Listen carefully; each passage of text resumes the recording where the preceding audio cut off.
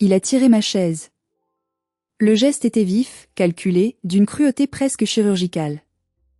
Juste au moment précis où mes genoux commençaient à plier, au moment où mon corps s'abandonnait à la confiance aveugle que l'on accorde à un meuble, le vide s'est ouvert sous moi. Je n'ai pas eu le temps de crier. La gravité a pris le dessus instantanément. Je suis tombé lourdement en arrière, mes bras battant l'air inutilement comme ceux d'un pantin désarticulé. Le bruit a été esséurant. Mon dos a heurté le marbre froid du sol avec un fracas sourd, suivi immédiatement par le cliquetis cristallin de ma tête cognant contre la pierre. Une douleur fulgurante, électrique, a traversé ma colonne vertébrale, me coupant le souffle. Pendant une seconde, le temps s'est arrêté. Le monde est devenu flou, une mosaïque de lumières aveuglantes et de douleurs lancinantes. Et puis, le rire a commencé. Ce n'était pas un petit gloussement nerveux. C'était un rire gras, puissant, triomphant. Le rire de Théodore. Il se tenait au-dessus de moi, le visage tordu par une hilarité grotesque, son verre de champagne à la main, ne renversant pas une seule goutte alors que je gisais à ses pieds. Sa voix a résonné, amplifiée par l'acoustique parfaite de la salle de bal, traversant le silence choqué des 150 invités en smoking et robe de soirée. Ta place est au sol, ma pauvre fille. C'est exactement là que tu appartiens, dans la poussière, pendant que nous on touche les étoiles. Les invités, d'abord hésitants, ont commencé à suivre. Un rire ici, un gloussement là. L'effet de groupe, cette lâcheté collective qui pousse les gens à s'aligner avec le plus fort, a transformé la salle en une arène romaine où j'étais le gladiateur vaincu. J'ai tourné la tête, les larmes de douleur brouillant ma vue, cherchant un visage ami. J'ai vu ma sœur, Océane. Ma propre sœur. Celle pour qui j'avais sacrifié mon enfance. Elle ne m'a pas aidé. Elle a porté sa main manucurée à sa bouche pour dissimuler un sourire amusé, comme si ma souffrance était le clou du spectacle. J'étais allongée là, humiliée, prête à laisser le sol m'avaler tout entier, souhaitant disparaître pour toujours. C'est à ce moment précis qu'une ombre s'est dressée au-dessus de moi, bloquant la lumière du lustre. Ce n'était pas une main tendue pour m'aider. C'était une présence massive, autoritaire. J'ai cligné des yeux pour voir qui s'approchait. C'était son père. Monsieur Baudouin-Vallet. Le grand banquier. L'homme que tout le monde craignait dans cette ville. Il me fixait avec une intensité terrifiante. J'ai cru qu'il allait m'achever, qu'il allait ordonner à la sécurité de sortir les ordures. Théodore continuait de rire, s'attendant à ce que son père partage la blague. Mais le père n'a pas ri. Il a ouvert la bouche et sa voix, basse mais tranchante comme un rasoir, a glacé le sang de son fils et fait taire la salle entière. Imbécile. Tu ris? Tu oses rire? Regarde-la bien, crétin. C'est elle qui tient ton avenir entre ses mains. Et je crois que tu viens de le briser. Avant de vous raconter comment cette soirée de fiançailles s'est transformée en tribunal public, et comment j'ai mis à genoux une famille entière sans lever le petit doigt, j'ai une question pour vous. Je suis curieuse de savoir jusqu'où porte ma voix aujourd'hui. Dites-moi dans les commentaires depuis quelle ville ou quel pays vous écoutez cette histoire, et quelle heure il est chez vous. Je lis tout, et savoir que vous êtes là me donne la force de continuer. Je m'appelle Ludivine. J'ai 32 ans, mais j'ai l'impression d'en avoir 60. Dans l'album photo de ma famille, je suis le flou en arrière-plan. Je suis celle qui tient l'appareil photo, ou celle qui est allée chercher les boissons quand la photo a été prise. Techniquement, je ne suis pas invisible. Je prends de la place dans l'espace, je respire, je paie mes impôts, je consomme de l'oxygène. Mais pour ma famille, je suis aussi remarquable qu'un meuble utilitaire. Un vieux canapé qu'on garde parce qu'il est pratique pour s'asseoir quand on est fatigué, mais qu'on cache sous un drap quand on a des invités de marque. Mon quotidien, c'est le contraste brutal entre le froid et le bruit. Je suis gestionnaire de stock et superviseur logistique dans un immense entrepôt frigorifique à la périphérie industrielle de Lyon. Mon monde est un labyrinthe de béton et d'acier, fait de codes-barres, de palettes de bois rugueux, de bips incessants des scanners et de températures qui vous engourdissent les doigts même à travers les gants thermiques les plus épais.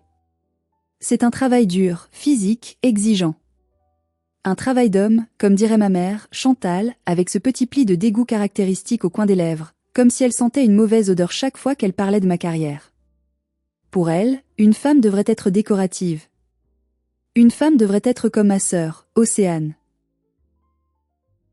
Océane a 27 ans. Elle est le soleil radieux autour duquel notre famille orbite désespérément. Blonde, riante, toujours un peu perdue, toujours besoin d'aide, toujours en train de battre des cils. Le bébé, comme l'appelle encore maman, même si elle approche de la trentaine. Océane n'a jamais eu froid. Océane n'a jamais porté de charge lourde. Océane est née pour être servie. Moi, j'ai dû grandir le jour de mes 10 ans. Je m'en souviens comme si c'était hier. C'était un mardi pluvieux. Papa a mis son manteau gris, il a dit qu'il partait chercher des cigarettes au tabac du coin. Il n'a jamais franchi le seuil du retour. Il nous a laissés là, avec une boîte à outils rouillée dans le garage et une montagne de dettes sur la table de la cuisine. J'ai pris la boîte à outils. Océane a pris le rôle de la princesse fragile à sauver. Maman a pris le rôle de la veuve éplorée, même s'il n'était pas mort, juste parti. Depuis ce jour, je suis devenu le pilier. Le pilier qu'on ne remercie jamais mais sur lequel on s'appuie de tout son poids. Je vis seul dans un petit appartement au-dessus d'une boulangerie qui se lève trop tôt. Ça sent le levain, la farine brûlée et la solitude. Sur ma table de cuisine en formica, il n'y a pas de vase avec des fleurs fraîches. Il y a une boîte à chaussures. Une vieille boîte Adidas bleue, au coin abîmée par le temps. C'est mon trésor le plus précieux. C'est ma mémoire externe. C'est mon assurance vie. Dedans, je garde tout. Absolument tout. Les reçus de loyer que j'ai payés pour maman quand elle était un peu courte à la fin du mois. Les factures de téléphone d'Océane que j'ai réglées pour qu'elle ne soit pas coupée de son précieux Instagram. Les tickets de caisse des courses alimentaires, les factures de garagiste pour la vieille voiture de maman, les preuves des virements bancaires pour des prêts jamais remboursés. Pourquoi je fais ça? Gaspard, mon compagnon, me le demande souvent. Gaspard est un homme doux, solide comme un chêne, avec des mains calleuses et un cœur immense. Il me dit souvent de jeter cette boîte maudite. Il me dit, Ludivine, ça te fait du mal de garder ces traces, laisse-le passer tranquille, tu te fais du mal à toi-même. Mais il ne comprend pas. Dans cette famille, la vérité est une matière flexible, une pâte à modeler que maman et Océane sculptent à leur guise. Je te rembourserai la semaine prochaine devient très vite tu es égoïste de réclamer de l'argent à ta propre famille alors qu'on souffre. Alors, je garde les preuves. Je suis devenue, malgré moi, une comptable de l'ingratitude. Je ne savais pas encore à quel point cette boîte en carton allait devenir mon gilet pare-balles, la seule chose capable d'arrêter les balles le soir où tout a explosé. L'invitation pour les fiançailles n'est pas arrivée par un beau carton doré avec une calligraphie élégante, comme pour les autres invités. Non, pour moi, l'invitation est arrivée par un SMS lapidaire d'Océane, envoyé entre 2 émojis cœur et bague. Fête de fiançailles samedi au château de Montchat. Sois là à 14h impérativement pour aider à installer les fleurs et les centres de table. Maman compte sur toi. Bisous. Pas de s'il te plaît. Pas de ça me ferait plaisir que ma grande sœur soit là pour partager mon bonheur. Juste un ordre déguisé en bisous. Un rappel de ma fonction, main-d'œuvre gratuite. Elle allait épouser Théodore. Théodore Vallet. Comment décrire Théodore?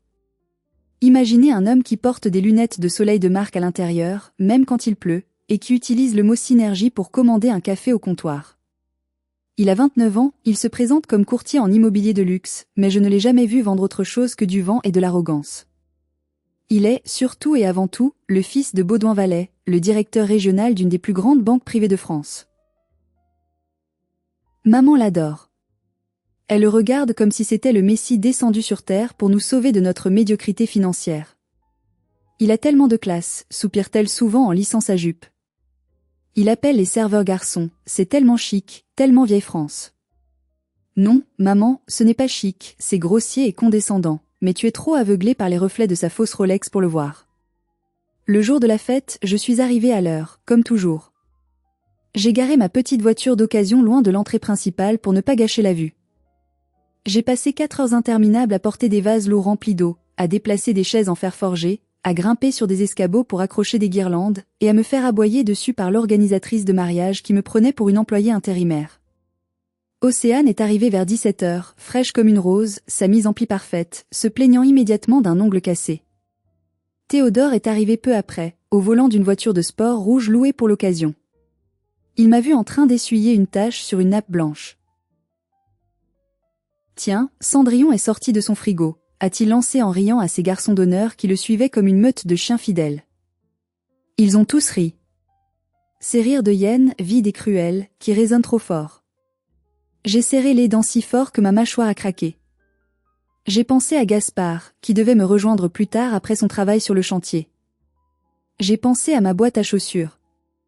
J'ai avalé ma rage, comme je le faisais depuis 20 ans. Félicitations pour ce soir, Théodore, ai-je dit poliment, gardant les yeux baissés sur mon chiffon. Il m'a regardé de haut en bas, notant mes chaussures plates confortables et mon pantalon de travail noir que je n'avais pas encore eu le temps de changer. Essaie de ne pas faire tache sur les photos officielles, Ludivine. Les invités ce soir sont des gens importants. Des gens de qualité. Pas des magasiniers. J'ai hoché la tête, ravalant les larmes de colère qui piquaient mes yeux. J'ai fini mon travail d'esclave. Je suis allé me changer dans les toilettes exiguës du personnel, au sous-sol. J'ai enfilé mon seul tailleur pantalon correct, un bleu marine simple mais élégant. Je me suis regardé dans le miroir piqué de taches de vieillesse. J'avais l'air fatigué. J'avais des cernes sous les yeux. Mais j'avais l'air honnête.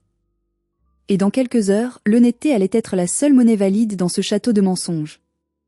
Ce que Théodore et Océane ignoraient, ce que maman ignorait en souriant bêtement devant les lustres en cristal ce soir-là, c'est ce qui s'était passé exactement 48 heures plus tôt. Le destin a parfois une façon ironique de frapper à votre porte. C'était un jeudi après-midi gris. J'étais sur le chariot élévateur, à 6 mètres du sol, en train de déplacer une palette de surgelés, quand ma montre connectée a vibré contre mon poignet. Une alerte de sécurité urgente de ma banque. Ludivine, confirmez-vous la demande de prêt rénovation habitat de 48 500 €? Signature électronique en attente de validation finale. J'ai failli lâcher les commandes. Le chariot a fait une embardée. 48 500 €? Je n'avais jamais demandé un tel prêt. Je n'avais même pas de projet de rénovation. J'ai garé l'engin en urgence, les mains tremblantes, le cœur battant à tout rompre dans ma poitrine. J'ai sorti mon téléphone et j'ai ouvert l'application bancaire. Les détails s'affichaient sur l'écran, précis, terrifiants, indéniables. Type de prêt, crédit consommation affecté. Montant, 48 500 €. Co-emprunteur solidaire, Chantal Dubois, ma mère. Bénéficiaire principal des fonds, Théodore Vallet. Motif déclaré, apport personnel pour achat immobilier. Le monde a tourné autour de moi. J'ai dû m'asseoir sur une caisse de pommes surgelées pour ne pas m'évanouir sur le béton. Ils avaient utilisé mon nom. Maman avait dû fouiller dans mes papiers la dernière fois qu'elle était venue chez moi. Elle avait volé mes fiches de paie, mon avis d'imposition, ma copie de carte d'identité. Ils essayaient de contracter une dette colossale sur mon dos, sur mon crédit impeccable que j'avais mis 10 ans à construire en mangeant des pâtes, en ne partant jamais en vacances et en comptant chaque centime. J'ai composé le numéro de maman. Ça a sonné dans le vide. Pas de réponse. J'ai appelé Océane. Messagerie directe. J'ai regardé l'écran noir de mon téléphone. J'avais 2 choix. Le choix habituel, continuer d'appeler, hurler, pleurer, les supplier d'arrêter, les laisser me manipuler avec des phrases toxiques comme c'est juste pour aider ta sœur, on paiera les mensualités, promis, tu es la grande sœur, c'est ton devoir. Ou bien je pouvais arrêter d'être la victime. Je pouvais devenir le mur sur lequel ils allaient s'écraser. J'ai quitté le travail 2 heures plus tôt.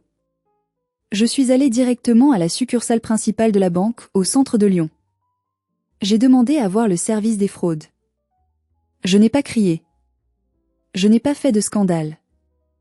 J'étais d'un calme glacial, le calme de ceux qui n'ont plus rien à perdre. J'ai rempli le formulaire CERFA de dépôt de plainte officielle. J'ai coché la case usurpation d'identité avec une croix ferme et noire. L'agent bancaire, une femme sévère aux lunettes écailles, m'a regardé par-dessus ses verres avec une inquiétude visible. « Vous êtes sûre de vouloir faire ça, madame ? Cela implique des membres proches de votre famille. Une procédure pénale pourrait être déclenchée automatiquement. Il n'y aura pas de retour en arrière possible une fois que j'aurai appuyé sur Entrée. J'ai pensé à toutes les fois où j'ai payé l'électricité pour qu'elles aient de la lumière. J'ai pensé aux moqueries constantes de Théodore. J'ai pensé à l'indifférence cruelle de maman face à ma fatigue. Je suis sûre, ai-je dit. Ma voix n'a pas tremblé, pas une seule seconde. Bloquer tout. Geler mes comptes. Signaler la tentative comme fraude avérée. Elle a tapé sur son clavier. J'ai reçu un récépissé. Un simple papier blanc, imprimé à chaud. Je l'ai plié soigneusement en 4 et je l'ai mis dans la poche intérieure de ma veste, juste contre mon cœur.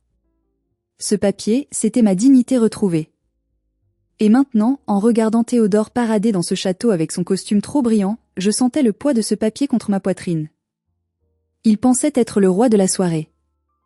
Il ne savait pas qu'il était déjà un homme mort qui marchait vers sa propre tombe. La salle de bal était magnifique, je dois l'admettre avec amertume. Des roses blanches par milliers, un quatuor à cordes jouant du Vivaldi avec une précision mélancolique, des serveurs en livrée circulant avec des plateaux d'argent chargés de champagne millésimé. On m'avait placé à la table 14. La table tout au fond, près des portes battantes des cuisines et juste à côté des enceintes de la sono qui vibraient à chaque note de basse. C'est là qu'on met les cousins éloignés, les vieux oncles gênants et les gens dont on a un peu honte. J'étais assise seule. Gaspard m'avait envoyé un message rapide, retardé par un accident grave sur l'autoroute A6. Tout est bloqué. J'arrive dès que possible. Tiens bon ma chérie. J'ai soupiré. J'étais seule face au loup, sans mon bouclier. Le moment des discours est arrivé. Théodore a pris le micro avec cette assurance arrogante des hommes qui n'ont jamais eu à se battre pour rien. Il a parlé de synergie amoureuse, de vision commune pour l'avenir, de empire à construire. Il a remercié ses parents pour leur générosité, remercié maman en l'appelant ma deuxième mère adorée, remercié le traiteur, le fleuriste. Il ne m'a pas mentionné. Pas une seule fois. Comme si je n'existais pas. Puis, il a décidé de faire son show. Il est descendu de l'estrade, micro en main, se prenant pour une star de stand-up américain. Il a circulé entre les tables, faisant rire les invités avec des blagues faciles, tapant sur les épaules des banquiers et des notables. Il s'est approché de ma table. La musique s'est arrêtée progressivement. Le silence s'est fait, lourd et expectant. Tous les regards se sont tournés vers notre coin sombre. Et là, nous avons Ludivine, a-t-il dit, sa voix amplifiée résonnant trop fort dans les enceintes juste à côté de mon oreille. Ma future belle-sœur. Toujours aussi joyeuse, n'est-ce pas? On dirait qu'elle enterre son chat à chaque fête. Des rires polis ont parcouru la salle. Maman lui a fait un signe de la main, un sourire complice et indulgent. Allez, Ludie, détends-toi un peu. A-t-il lancé en s'approchant dangereusement. Il s'est mis juste derrière ma chaise. Je me suis levée instinctivement, mal à l'aise, voulant juste partir, fuir cette mascarade. Non, non, reste assise, profite du luxe. Ça change de ton entrepôt frigorifique, non? Ici au moins, ça sent le parfum, pas le poisson surgelé. J'ai voulu me rasseoir pour mettre fin à cette scène. J'ai plié les genoux, confiante, mes yeux fixés sur la nappe pour éviter les regards. Et c'est là que c'est arrivé. D'un geste vif, théâtral, presque cruel, il a tiré ma chaise en arrière. Le vide. Mon corps a basculé dans le néant. J'ai eu ce moment de panique pure, animale, où l'on cherche une prise qui n'existe pas. Puis l'impact. Bam. Mon coccyx a heurté le sol de marbre avec une violence inouïe. Ma tête a claqué en arrière, heureusement amortie par l'épaisseur de mon chignon, mais le choc a fait vibrer mes dents et mordre ma langue. Une douleur fulgurante a traversé ma colonne vertébrale comme un éclair blanc. Mes jambes ont volé en l'air de manière grotesque, ma dignité s'éparpillant sur le sol. Le silence a duré une seconde. Juste une seconde d'horreur pure. Puis le rire a explosé. Théodore riait le plus fort, plié en deux, le micro à la main, pointant du doigt mon corps étendu. Oups. Attention à la marche. Ta place est au sol, ma vieille, c'est là que tu appartiens. J'étais sonnée. Les larmes me montaient aux yeux, non pas de tristesse, mais de pure douleur physique et de honte brûlante. J'ai vu Océane. Ma petite sœur. Celle que j'avais protégée des orages, nourrie, défendue contre les brutes à l'école. Elle riait. Elle se cachait derrière sa serviette en lin, mais ses épaules tremblaient de rire. Elle ne bougeait pas pour m'aider. Personne n'a bougé. Personne ne m'a aidé. J'étais le bouffon de la cour. le divertissement gratuit pour les riches. C'est à ce moment-là que j'ai senti une présence. Les rires se sont tus, vague après vague, comme une marée qui se retire devant l'arrivée d'un prédateur alpha. Théodore a cessé de rire en voyant le visage des invités changer, passer de l'amusement à la terreur. Je suis resté au sol, le dos en feu, le cœur brisé. Dites-moi, si vous étiez à ma place à cet instant précis, qu'auriez-vous fait? Auriez-vous pleuré? Auriez-vous fui? Ou auriez-vous fait ce que j'allais faire, détruire leur monde avec une simple feuille de papier? Dites-le moi dans les commentaires, j'ai besoin de savoir que je n'étais pas folle de vouloir me venger. J'ai levé les yeux, ma vision encore troublée par le choc. Une main était tendue devant moi. Une main manucurée, puissante, ornée d'une chevalière en or massif. J'ai remonté le regard le long du costume gris anthracite impeccable, jusqu'au visage de Pierre. C'était Monsieur Baudouin-Vallet. Le père. Le patriarche. Il ne souriait pas. Ses yeux gris acier, d'habitude indifférents et lointains, brûlaient d'une colère froide, contenue mais terrifiante. Il ne regardait pas son fils. Il me regardait moi. Il m'a aidé à me relever avec une délicatesse et une force surprenantes pour un homme de son âge. Ma robe était froissée, mon dos me lançait des éclairs de douleur à chaque mouvement, mais sa poigne était ferme, comme une ancre dans la tempête. Une fois debout, il ne m'a pas lâché la main. Il s'est tourné lentement vers son fils. « Tu trouves ça drôle, Théodore ?»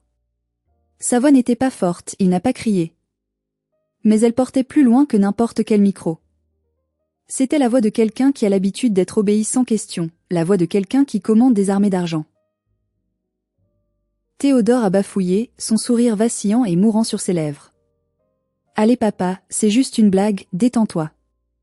C'est Ludivine, elle n'a pas d'humour, c'est tout. C'est bon enfant. » Une blague, répéta Baudouin, comme s'il goûtait un mot empoisonné. Il se tourna vers moi, me scrutant comme s'il cherchait une confirmation, une vérité cachée. Mademoiselle. Ludivine, c'est cela? J'ai hoché la tête, incapable de parler, ma gorge serrée par l'émotion. C'est vous qui avez déposé une alerte fraude au niveau 1 de la BNP Grand Lyon ce jeudi après-midi? Dossier numéro 118B. Le silence dans la salle est devenu absolu. On aurait pu entendre une épingle tomber sur la moquette épaisse. Le visage de Théodore a perdu toute couleur. Il est passé du rouge hilar au blanc cadavérique en une fraction de seconde. Maman, assise à la table d'honneur, a lâché sa flûte de champagne. Le cristal s'est brisé sur le sol, mais personne n'a fait attention au bruit. Tous les yeux étaient fixés sur nous. Oui, ai-je murmuré. Ma voix était rauque, brisée, mais audible. C'est moi. Théodore a essayé d'intervenir, la panique déformant ses traits. Papa. Qu'est-ce que tu racontes? Ce n'est pas le moment, on est à ma fête. Ne gâche pas tout. T'es à fête? Rugit soudain Baudouin. Le masque du banquier calme tomba, révélant le père furieux. C'est ma fête.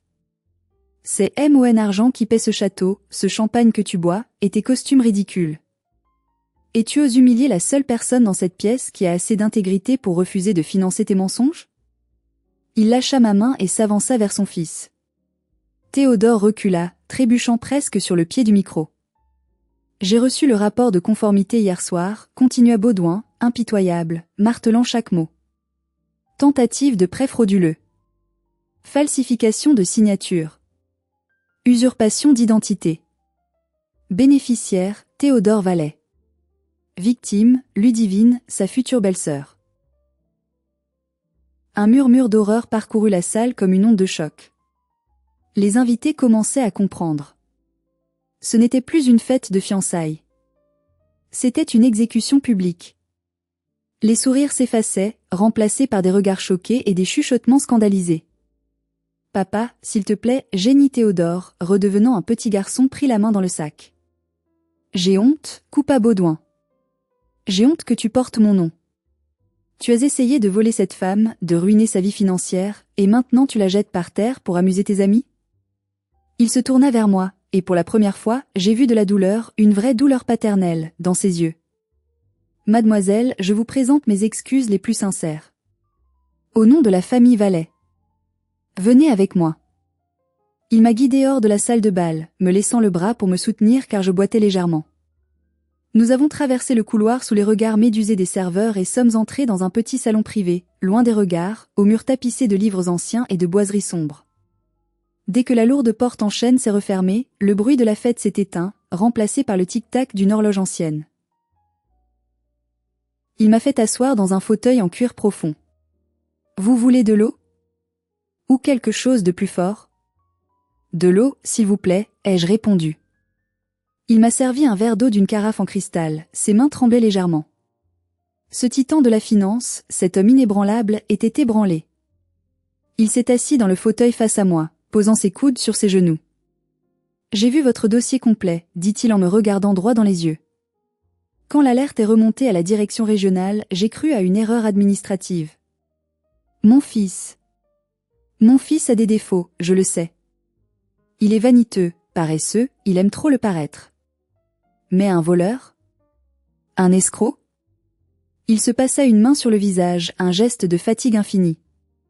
Il a imité votre signature ? J'ai sorti le récépissé de ma poche. Le papier était un peu froissé, mais toujours lisible. Et celle de ma mère. Mais elle était d'accord.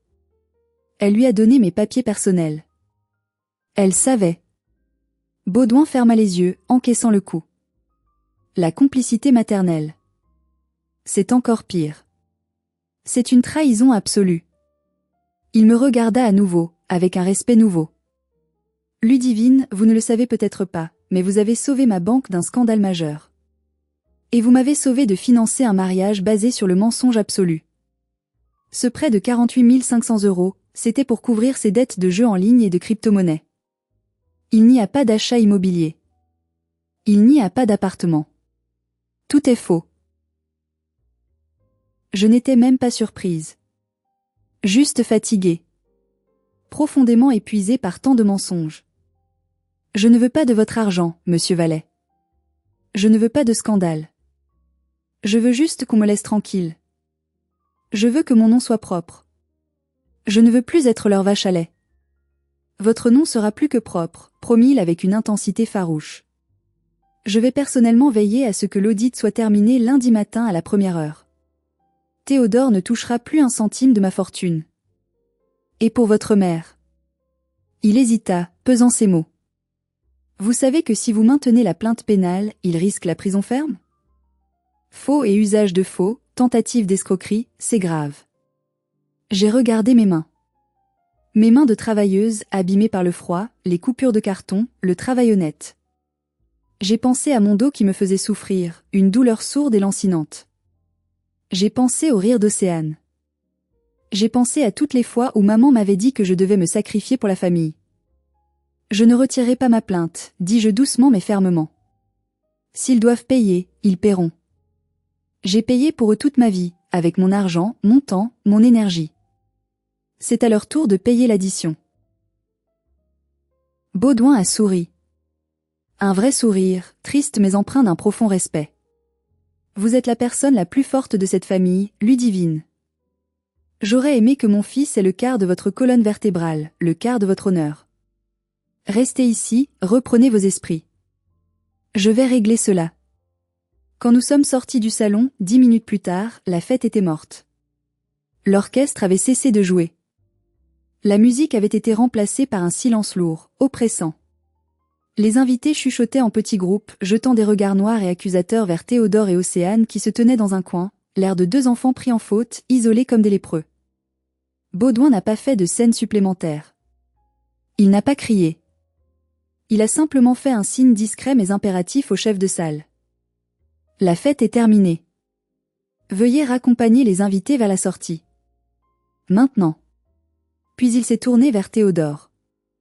Rends-moi les clés de la voiture. Et ta carte de crédit d'entreprise. Tout de suite.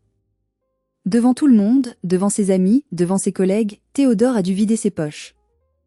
Il a posé les clés de la voiture de sport et la carte noire sur une table basse. L'humiliation était totale, absolue. Il était dépouillé de ses artifices. Océane pleurait, son mascara coulant sur ses joues parfaites, ruinant son maquillage de princesse. Elle s'est précipitée vers moi, les poings serrés. Ludie. Qu'est-ce que tu as fait? Tu as tout gâché. C'était mon jour. Mon jour spécial. Comment as-tu pu dire ces choses à son père? Tu es un monstre. Je l'ai regardé, incrédule. La distorsion de la réalité était effrayante. Moi? Océane, écoute-toi. Ton fiancé a essayé de voler près de 50 000 € à la banque de son père en utilisant mon nom et ma signature, avec l'aide de notre mère. Et il m'a jeté par terre pour amuser la galerie, me blessant le dos. Et tu as ri. Tu crois vraiment que c'est moi le problème ici? Maman est arrivée, le visage tordu par la rage, rouge brique. Elle ne m'a pas demandé si j'avais mal au dos. Elle ne m'a pas demandé si j'allais bien. Elle m'a pointé un doigt accusateur, tremblant de fureur. Espèce de vipère jalouse. Tu n'as jamais supporté que ta sœur soit heureuse et aimée. Tu as inventé cette histoire de fraude pour briser son couple parce que tu es aigri. Parce que toi, tu finiras seul avec tes chats dans ton appartement minable. Tu es une honte pour cette famille. Je te maudis. Ça suffit. Une voix familière et puissante a tonné derrière moi. C'était Gaspard.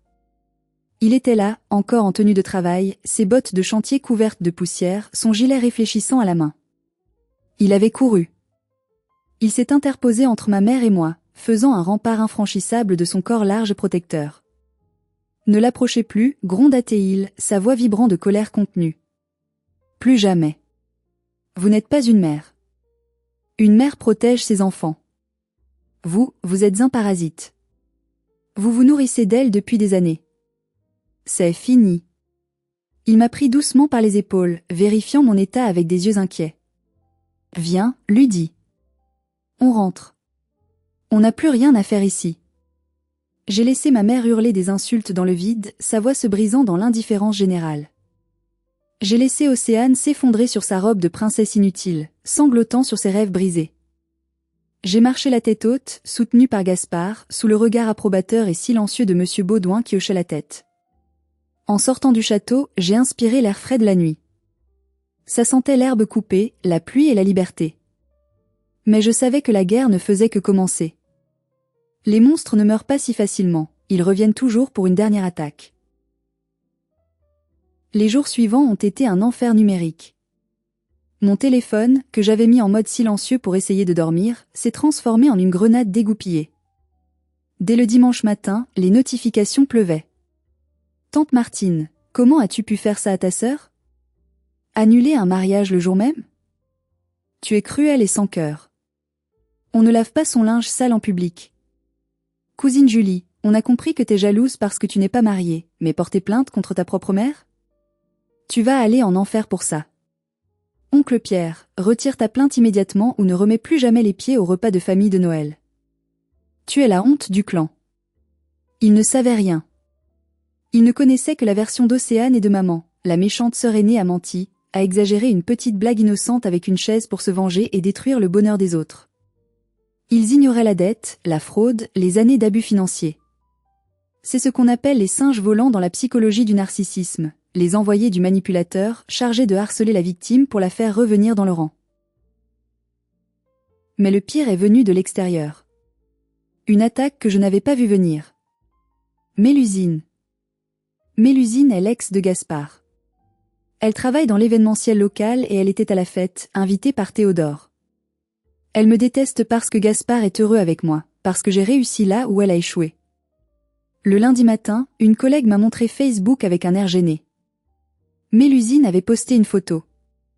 Une photo floue, prise au moment exact où j'étais au sol, les jambes en l'air, l'air ridicule et vulnérable. La légende disait, quand la belle-sœur aigrie et fauchée se jette par terre pour attirer l'attention et gâcher le mariage du siècle. Certaines personnes sont prêtes à tout pour détruire le bonheur des autres. #drama queen, #jalousie, #honte, #karma. Le post avait déjà 400 partages. Les commentaires étaient atroces. Quelle folle, morte de rire, la pauvre mariée, elle mérite des claques. J'ai senti la nausée monter dans ma gorge. Mélusine ne s'attaquait pas seulement à ma famille, elle s'attaquait à mon image publique, à ma réputation. Dans une petite ville comme la nôtre, une telle réputation peut vous tuer professionnellement. Si mes fournisseurs ou mes clients voyaient ça. Il faut répondre, a dit Gaspard, furieux, en voyant mes mains trembler devant l'écran. Je vais aller la voir, je vais lui faire bouffer son téléphone. Non, ai-je dit, retrouvant mon calme glacial, celui que j'avais à la banque. On ne répond pas aux commentaires. On ne se bat pas dans la boue avec les cochons. On répond avec la loi. Je suis allé chercher ma boîte à chaussures. J'ai sorti mon ordinateur portable. J'ai ouvert un nouveau dossier nommé guerre nucléaire. J'allais leur montrer ce que Drama Queen voulait vraiment dire. Le lendemain, le cauchemar a franchi les portes de mon sanctuaire, mon entrepôt. C'était le seul endroit où je me sentais en sécurité, respecté pour ma compétence et non jugé sur mon apparence ou ma famille. J'étais en train de superviser le déchargement délicat d'un camion de produits de la mer quand j'ai entendu des cris stridents à l'accueil. Je veux voir ma fille. Laissez-moi passer. C'est une urgence vitale. Elle travaille ici, je suis sa mère. Mon sang s'est glacé. C'était Chantal. Elle a forcé le passage, bousculant la jeune réceptionniste effrayée. Elle est arrivée dans la zone de chargement, échevelée, les yeux rouges, vêtue de noir comme une veuve sicilienne, jouant la mère éplorée à la perfection théâtrale.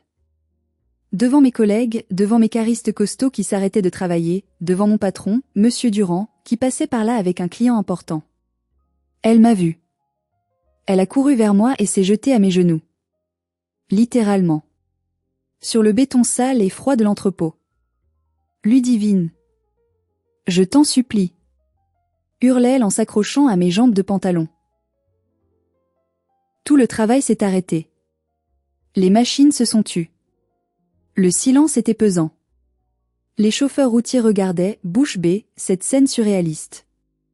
Monsieur Durand, un homme strict et professionnel, s'est approché, les sourcils froncés d'incompréhension et de colère. Ludivine ? Qu'est-ce que c'est que ce cirque ? Nous avons des normes de sécurité ici. Qui est cette femme ? J'aurais pu mourir de honte. Je sentais mon visage brûler comme si on m'avait giflé. C'était sa tactique ultime, la terre brûlée. Me faire honte publiquement, détruire mon environnement professionnel pour me forcer à plier, à retirer ma plainte pour faire cesser le spectacle. Elle savait que je tenais à mon travail plus que tout, que c'était ma seule indépendance. J'ai regardé cette femme à genoux, qui pleurait sans larmes réelles. Cette femme qui avait vendu mon identité pour un gendre riche, qui m'avait regardé tomber sans bouger. Je n'ai rien ressenti. Pas de pitié. Pas d'amour. Pas même de colère. Juste du dégoût. Un froid absolu. J'ai reculé d'un pas pour qu'elle ne me touche pas, me libérant de son étreinte toxique. J'ai regardé mon patron droit dans les yeux, le menton haut. Monsieur Durand, je suis profondément désolé pour ce trouble. Cette personne est en train de faire une crise d'hystérie suite à une plainte pénale officielle que j'ai déposée contre elle pour fraude bancaire et usurpation d'identité. Je vais appeler la sécurité immédiatement pour la faire évacuer. Maman s'est figée. Elle a arrêté de pleurer instantanément. Le masque de la douleur est tombé, révélant la haine pure en dessous. Elle s'est relevée, époussetant ses genoux avec rage. Tu oses, siffla-t-elle, les yeux exorbités. Tu oses me traiter comme ça devant tes patrons ? Sécurité. Ai-je crié d'une voix de commandement. Faites sortir cette personne. Elle n'est pas autorisée sur le site. 2 gardes sont arrivés et l'ont escortée dehors fermement. Elle hurlait que j'étais une fille ingrate, un monstre, qu'elle allait me déshériter, de quoi ? De ses dettes ? Une fois la porte refermée, le silence est retombé. Monsieur Durand m'a regardé longuement. Fraude bancaire ? A-t-il demandé, sceptique. Usurpation d'identité et tentative de détournement de 48 000 €, ai-je précisé calmement, bien que mes jambes soient en coton et que mon cœur batte à 200 à l'heure. J'ai toutes les preuves juridiques et le rapport de la banque dans mon bureau si vous avez besoin de vérifier mon intégrité, monsieur. Il a hoché la tête, impressionné par mon sang-froid. Non, Ludivine. Je vous crois. Retournez au travail. Et si elle revient, on appelle la police directement. Je ne veux pas de drame ici. J'avais gagné une bataille. J'avais protégé ma forteresse. Mais il restait Mélusine et les réseaux sociaux. La guerre continuait. Le soir même, j'ai appelé Monsieur Baudouin. C'était un appel difficile à passer, demander de l'aide à l'homme dont le fils m'avait humilié, mais je savais qu'il était mon seul allié puissant. J'ai besoin d'un avocat, ai-je dit sans préambule, ma voix encore tremblante de l'adrénaline de la journée. Pas pour la fraude, ça s'est géré. Pour diffamation. J'ai besoin de quelqu'un qui fait peur. Considérez que c'est fait, a-t-il répondu immédiatement. Sa voix était fatiguée mais ferme. C'est la moindre des choses que je puisse faire après ce que ma famille vous a fait subir. Je vous envoie Maître Vernet. C'est un requin. 3 jours plus tard, la contre-attaque a frappé. Et elle a frappé fort, comme un marteau de justice. Mélusine a reçu une mise en demeure délivrée par huissier de justice à son domicile et à son travail. Le dossier était épais. Il contenait non seulement les preuves de la fraude de Théodore, que Baudouin m'avait fournies, prouvant que mon action n'était pas motivée par la jalousie mais par la légitime défense financière, mais aussi des captures d'écran de son poste, des commentaires, et une estimation chiffrée du préjudice moral et professionnel. La lettre était claire. Si elle ne retirait pas son poste immédiatement et ne publiait pas des excuses publiques non équivoques sous 24 heures, nous l'attaquerions pour diffamation publique, atteinte à la vie privée, cyberharcèlement et diffusion d'images sans consentement. Les dommages et intérêts demandés s'élevaient à 15 000 €. Elle n'a pas tenu 2 heures. Le poste a disparu. À la place, un message pathétique est apparu sur son mur. Je tiens à m'excuser sincèrement auprès de Ludivine pour mes propos inexacts et blessants tenus dans mon précédent poste. Je n'avais pas tous les éléments du dossier et j'ai agi sous le coup de l'émotion. Je reconnais que mes accusations étaient infondées. Désolé pour le mal causé. C'était suffisant. Les gens ont compris. La rumeur a tourné à 180 degrés. Dans les petites villes, le vent tourne vite. Les commentaires ont changé. Il paraît que le fiancé était un escroc, il paraît qu'ils ont volé la sœur, c'est dégueulasse d'avoir affiché la victime. Quant à Théodore, la justice de son père a été plus brutale et plus rapide que celle des tribunaux. Baudouin l'a licencié de son poste fictif à la banque pour faute lourde. Il lui a coupé les vivres. Il l'a fait expulser de son appartement de fonction. Il lui a retiré la voiture. La dernière fois que j'ai entendu parler de lui, il servait des burgers dans un fast-food à Villeurbanne pour payer son loyer. Le prince était devenu un manant. Océane ? Elle s'est retrouvée seule. Sans fiancé riche, sans mariage de princesse, sans bague au doigt, et avec une mère qui lui reprochait désormais d'avoir choisi un loser et d'avoir tout perdu. Le karma n'est pas une force mystique, chers amis. C'est juste la conséquence logique et inévitable des actions stupides et méchantes. Une semaine plus tard, mon téléphone a sonné. C'était un vendredi soir. Gaspard et moi regardions un film, tranquille. C'était maman. J'ai hésité longuement en regardant l'écran clignoter. Je voulais entendre ce qu'elle avait à dire maintenant que son château de cartes s'était effondré, maintenant qu'elle n'avait plus de cartes à jouer. J'ai décroché, mettant le haut-parleur pour que Gaspard puisse entendre. Allô ? Sa voix était douce. Trop douce. C'était sa voix de je veux quelque chose, celle qu'elle utilisait quand j'étais petite pour me faire céder mes jouets à Océane. Ludivine, ma chérie. Comment vas-tu ? C'est maman. J'ai failli rire de nervosité. Je vais bien, Chantal. Je vais très bien. Que veux-tu ? Écoute. Océane est dévastée. Elle ne mange plus, elle ne sort plus de sa chambre. Les acomptes du traiteur sont perdus. On a une dette de 15 000 € pour l'annulation du château car on n'a pas respecté le délai de préavis. Il menace de nous envoyer les huissiers la semaine prochaine. Elle a marqué une pause, attendant que je propose de l'aide, comme je l'avais toujours fait depuis mes 18 ans. C'était le script habituel. Problème, appel à Ludivine, Ludivine paie, Ludivine est oubliée. C'est terrible, dis-je d'un ton neutre, sans aucune émotion. Oui. Alors je pensais. Comme tu as économisé pour ton projet d'achat d'appartement, et que finalement tu n'en as pas besoin tout de suite. Peut-être que tu pourrais nous avancer l'argent ? Juste pour éviter le scandale ? Pour ta sœur ? On te remboursera quand Théodore, enfin, quand Océane trouvera du travail. J'ai regardé ma boîte à chaussures sur la table. Elle était pleine de souvenirs douloureux. Mais mon cœur, lui, était vide de toute culpabilité. Le lien était rompu. Maman, dis-je doucement. Tu te souviens quand j'étais par terre? Quand tout le monde riait? Tu as ri aussi. Tu as détourné le regard quand j'ai cherché ton aide. C'était un malentendu. Je ne savais pas quoi faire. Non, Chantal. C'était un choix. Tu as choisi ton camp. Et aujourd'hui, je fais le mien. Je ne suis pas votre banque. Je ne suis pas votre filet de sécurité. Je suis la fille que tu as sacrifiée sur l'autel de tes ambitions. Et devine quoi? Je ne suis plus disponible. Ludivine. Si tu raccroches, tu n'as plus de mère. Hurla-t-elle, sa voix se brisant. Je n'ai plus de mère depuis longtemps, Chantal. Depuis le jour où papa est parti et où tu as décidé que j'étais le remplaçant, pas l'enfant. J'ai juste une débitrice insolvable au bout du fil. Adieu. J'ai raccroché. Puis j'ai bloqué le numéro. Pour toujours. J'ai bloqué Océane. J'ai bloqué les tantes. Le silence qui a suivi dans mon appartement n'était pas vide. Il était plein de paix. Une paix lourde mais réelle. 3 mois ont passé depuis cette nuit fatidique. Le printemps est arrivé à Lyon, balayant la grisaille de l'hiver. Gaspard et moi avons emménagé dans un nouvel appartement, un duplex lumineux avec une immense terrasse donnant sur les toits de la ville. J'ai utilisé mes économies, celles que maman voulait prendre pour payer ses erreurs, pour l'apport personnel. L'appartement est à mon nom. Personne ne pourra me le prendre. J'ai revu Monsieur Baudouin une fois. Il m'a invité à déjeuner dans une brasserie chic du centre-ville. Il avait l'air fatigué, vieilli, mais serein. Il avait perdu ce masque de pierre pour laisser place à un visage humain.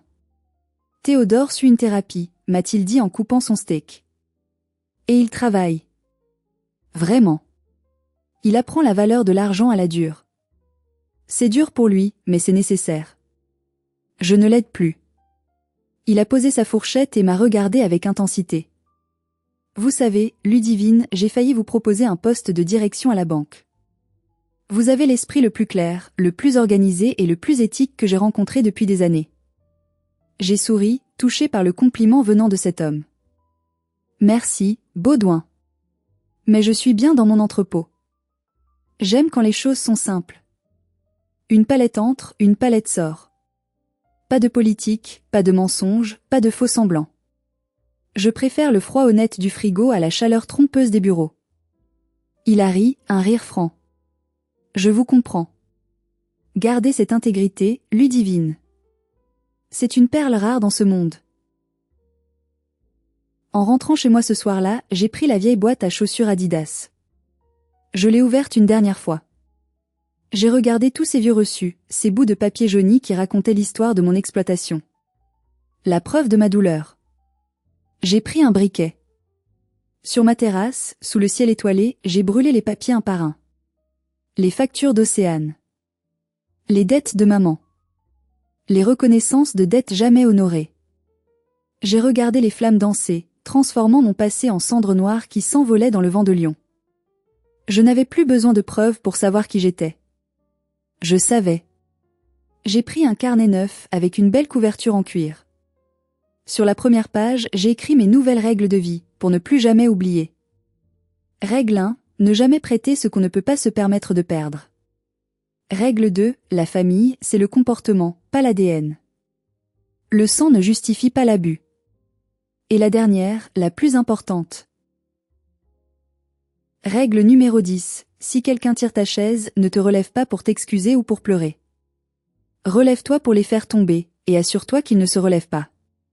Aujourd'hui, quand je m'assois quelque part, je vérifie toujours ma chaise. C'est un réflexe, une cicatrice invisible. Mais je sais que si je tombe, Gaspard sera là pour me rattraper avant que je ne touche le sol. Et surtout, je sais que je suis capable de me relever toute seule, plus forte qu'avant. Océane a essayé de me contacter via un faux profil Facebook hier soir. Le message disait « Tu me manques, grande sœur. C'est dur sans toi. Je suis désolée. » J'ai regardé le curseur clignoter. J'ai senti une pointe de tristesse, le fantôme de la petite sœur que j'avais aimée. Mais j'ai aussi vu le piège. Le vampire qui a faim revient toujours vers sa proie préférée. J'ai supprimé le message sans le lire jusqu'au bout. J'ai bloqué le profil. La frontière entre la cruauté et le respect de soi est mince, parfois floue. Mais j'ai enfin appris à marcher sur cette ligne sans tomber du mauvais côté. Je m'appelle Ludivine. J'étais la sœur invisible, la banque gratuite, le paillasson. Maintenant, je suis celle qu'on ne peut plus ignorer. Je suis celle qui a dit non. Et ce non a été le mot le plus puissant de ma vie. Merci infiniment d'avoir écouté mon histoire jusqu'au bout. C'était un voyage difficile, mais nécessaire. C'était mon voyage du sol froid d'un château vers la chaleur de la liberté. Et vous? Avez-vous une boîte à chaussures pleine de secrets? Avez-vous des gens dans votre vie qui tirent votre chaise? S'il vous plaît, si cette histoire a résonné en vous, laissez un like. C'est un petit geste pour vous, mais c'est énorme pour moi. Et surtout, partagez votre expérience dans les commentaires. Avez-vous déjà coupé les ponts avec un membre toxique de votre famille? Comment vous êtes-vous senti après? Coupable? Ou libre? Abonnez-vous à la chaîne pour ne pas rater les prochaines histoires de justice et de résilience. Ensemble, nous sommes plus forts. Prenez soin de vous, et gardez toujours un œil sur votre chaise. Au revoir.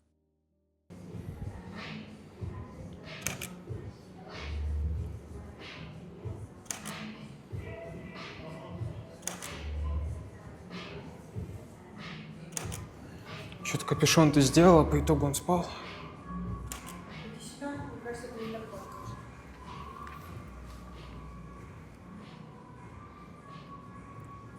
Ты жопой специально повернулся? Уже не первый раз, между прочим. Что ты сделала?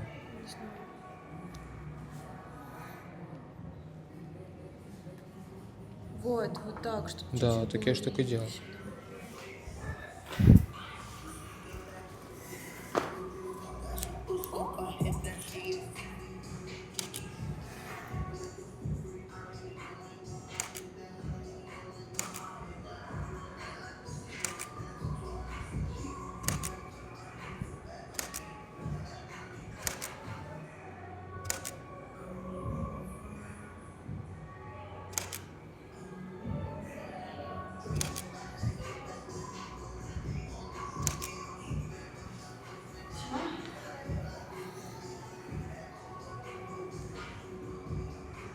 Угу.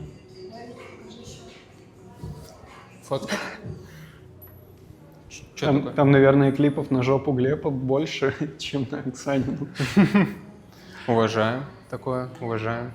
Так, все, на стуле. Но я, наверное, так не буду, у меня слишком открытый живот. Как ты? Как будто, если есть желание. Мне кажется, что все. Можно еще пару таких сделать без шубы. Угу. И все, наверное.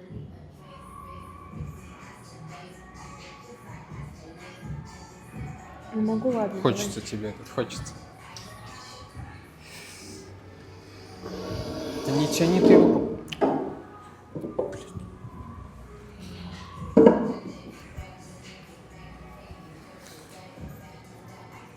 Стой.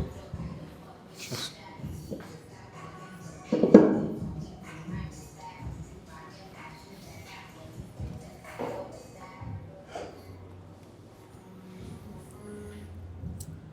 Слишком? Слишком.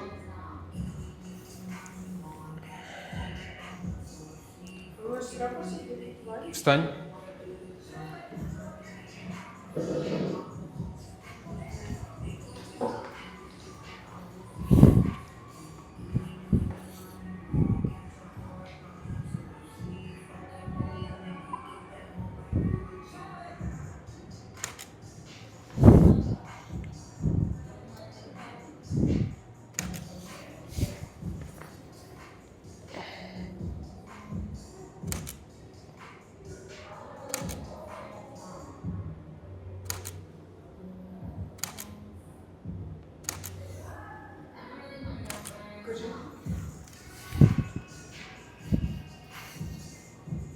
Не нравится. Думаешь? Не нравится слишком. Можно более боком тогда. Ну, кодевай, ну, Вытянутые ноги такие, типа как. Да, типа того, только выше, ну ладно.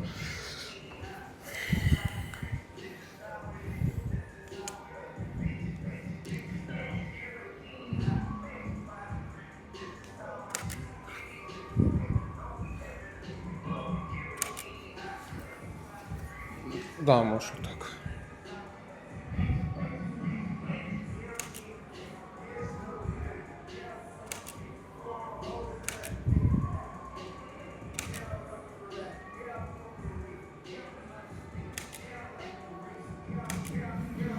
просто качала, блядь, уже. Минусов не вижу. Нет, образ один. Спрашивают, образ меняться будет?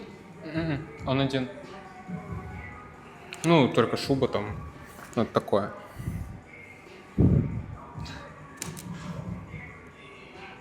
Я бы точно не вывез быть моделью. Мне уже это все наскучило, я хочу на свободу. А прикиньте, 12 часов так сниматься, например. Это Или дай бог, 20. дай бог, если 12. Дай бог, если 12. 23 не хотите? Или 30. Не, у меня, наверное, 18 рекорд был. Но это за день. Типа, просто 18. Не, у меня прям максимум